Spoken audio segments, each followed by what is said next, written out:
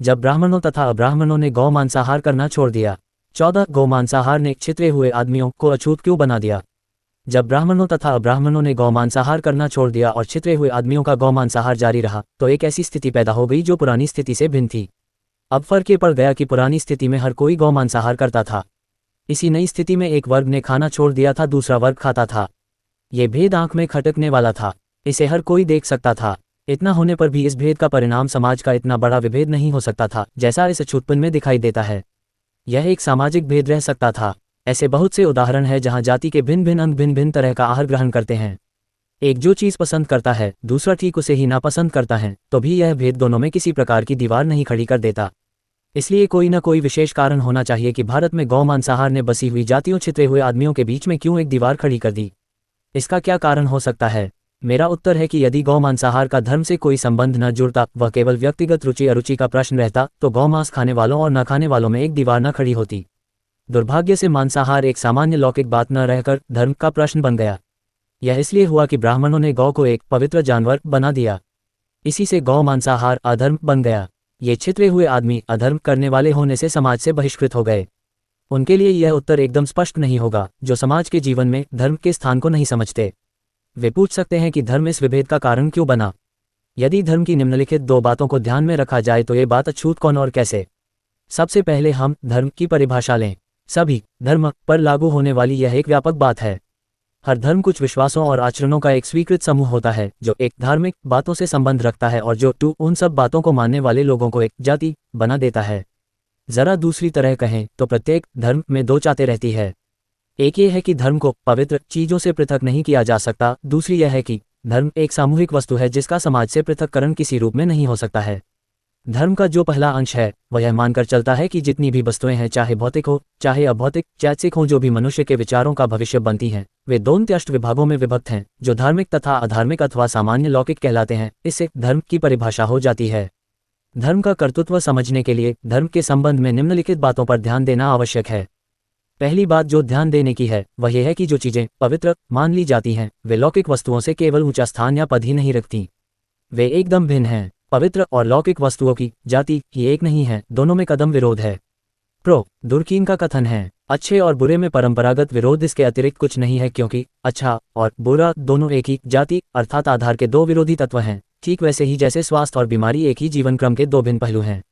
किंतु मानव मस्तिष्क ने पवित्र और लौकिक की जो कल्पना की है वह सर्वत्र दो मित्रमिन जातियों की कल्पना है, एकदम दो भिन्न संसारों की जिनमें कुछ भी समान नहीं।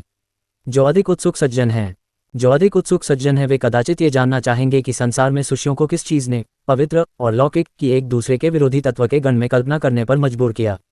हमें इस चर्चा में यहाँ नहीं ही पढ़ना है, सपों की हमारे तत्कालीन उद्देश्य की पूर्ति के लिए ये किसी तरह आवश्यक नहीं। नेक छितरे हुए आदमियों को इसी प्रकरण में जो दूसरी बात ध्यान देने की है वह यह है कि पवित्र वस्तुओं की संख्या निश्चित नहीं है। एक धर्म की पवित्र वस्तुओं और दूसरे धर्म की पवित्र वस्तुओं में अनंत भिन्नता है। आत्मा और परमात्मा की पवित्र वस्तुएं नहीं है।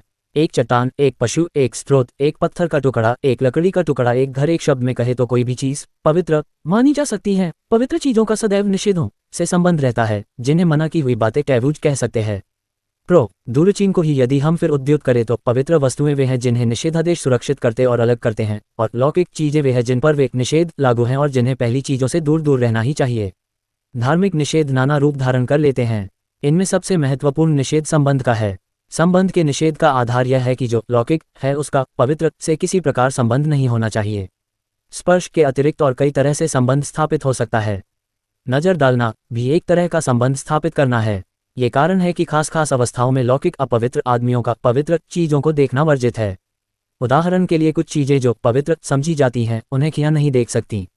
शब्द अर्थात वह श्वांस जो आदमी का हिस्सा है आदमी से बाहर फैलता है भी संबंध का दूसरा रूप है। इसलिए लौकिक अपवित्र के लिए पवित्र चीजों का संबोधन करना अथवा उनका उच्चारण करना वर्जित है। उदाहरण के लिए ब्राह्मण को ही वेद का उच्चारण करना चाहिए, शूद्र को नहीं। एक असाधारण सामीप्य का संबंध भोजन करने के परिणाम स्वरूप उत्पन्न होता है। इसलिए पवित्र जानवरों अथवा पवित्र तरकारी के खाने को निषेध किया गया है। जिन निषेधों का पवित्र वस्तुओं से संबंध है उनके बारे में विवाद नहीं किया जा सकता। वे विवाद से परे की वस्तुएं हैं और बिना किसी किंतु परंतु के स्वीकार की जानी चाहिए। जो पवित्र हैं वह अस्पृश्य शब्द के विशिष्ट अर्थों में अस्पृश्य है, अर्थात विवाद उसे किसी प्रकार स्पर्श ही नहीं कर सकता। जो कुछ अछूत कौन और कैसे किया जा सकता है वह इतना ही है कि पवित्र का सम्मान किया जाए और उसकी आशा मानी जाए। और अंतिम बात यह है कि यह पवित्र वस्तुओं संबंधी निषेध सभी पर सामू होती है। वे स्वयं सिद्ध सत्य नहीं है, वे अनाय है, उनका पालन होना ही है और वे शब्द के सामान्य अर्थों में नहीं। वे अनुल्लंघनीय आज्ञाएं हैं, उनका वारस न हो सकना एक जुर्म से अधिक है। ये पाप है। धर्म के क्षेत्र और गतिविधि को समझाने के लिए ऊपर का सारांश पर्याप्त होना चाहिए। उस विषय का अधिक विवेचन अनावश्यक है जो पवित्र है, उसके संबंध के जो नियम हैं उनके अनुसार कार्य करने के ढंग के विश्लेषण से यह बात किसी की भी समझ में आ जाएगी कि गौमांसाहार ने छितरे हुए आदमियों को क्यों अछूत बना दिया। इस प्रश्न का मेरा उत्तर ठीक है। मैंने जो उत्तर दिया है उस उत्तर की गहराई तक पहुंचने के लिए इतना ही आवश्यक है कि जो पवित्र है उसके नियमों के अनुसार काम करने के ढंग का विश्लेषण गौ को पवित्र वस्तु मानकर समझा लिया जाए। ये स्पष्ट हो जाएगा कि अछूतपन पवित्र पशु गौ के खाने के निषेध को तोड़ने का ही परिणाम है।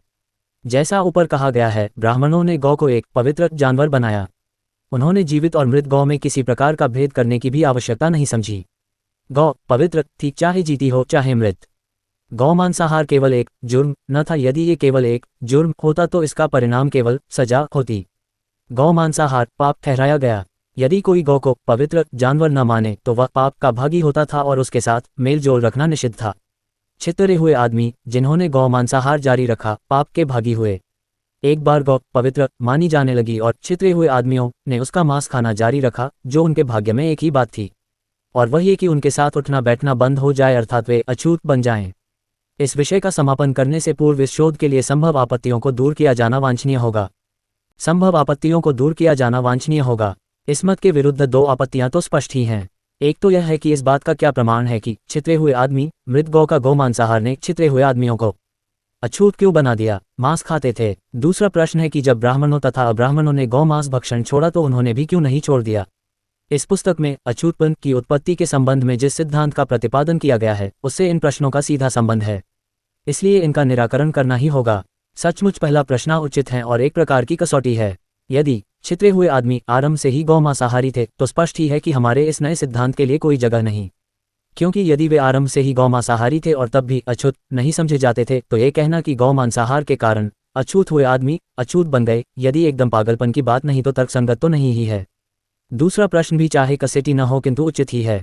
यदि ब्राह्मणों ने गौ मांसाहार छोड़ दिया और अब्राह्मणों ने उनका अनुकरण किया तो इन छितरे हुए आदमियों ने भी यही क्यों नहीं किया। यदि कानून ने गौ वध को एक महान पातक बना दिया था क्योंकि ब्राह्मणों और अब्राह्मणों के लिए घी पवित्र जानवर बन गया था, तो इन छितरे हुए आदमियों को भी गौ मांस खाने से क्यों नहीं रोका गया। यदि उन्हें गौ मांस खाने से रोक दिया गया होता तो कोई छुआछूत पैदा ही नहीं हो पाती। पहले प्रश्न का उत्तर यह है कि जिस समय एक स्थान पर बसी हुई जातियां और ये छितरे हुए आदमी दोनों गौ मांसाहारी थे तो उस समय भी एक प्रथा चल पड़ी थी जिसके कारण एक जगह बसे हुए लोग ताज़ा गौ मांस खाते थे किंतु छितरे हुए लोग मृत गाय का मांस। हमारे पास कोई ऐसा निश्चित प्रमाण नहीं है कि एक जगह बसे हुए लोगों ने कभी मृत गाय का मांस नहीं खाया, किंतु हमारे पास नकारात्मक गवाही है जिससे प्रकट होता है कि मरी हुई गौ पर इन छितरे हुए आदमियों का ही एकाधिकार हो गया था। इस गवाही का संबंध महाराष्ट्र के महारों से है जिसका पहले भी उल्लेख हो चुका है। जैसा पहले कहा जा चुका है, महाराष्ट्र के महार मृत पशु का अपना अधिकार समझते हैं। अपने इस अधिकार को वे गांव के प्रत्येक हिंदू के मुकाबले पर सिद्ध करते हैं।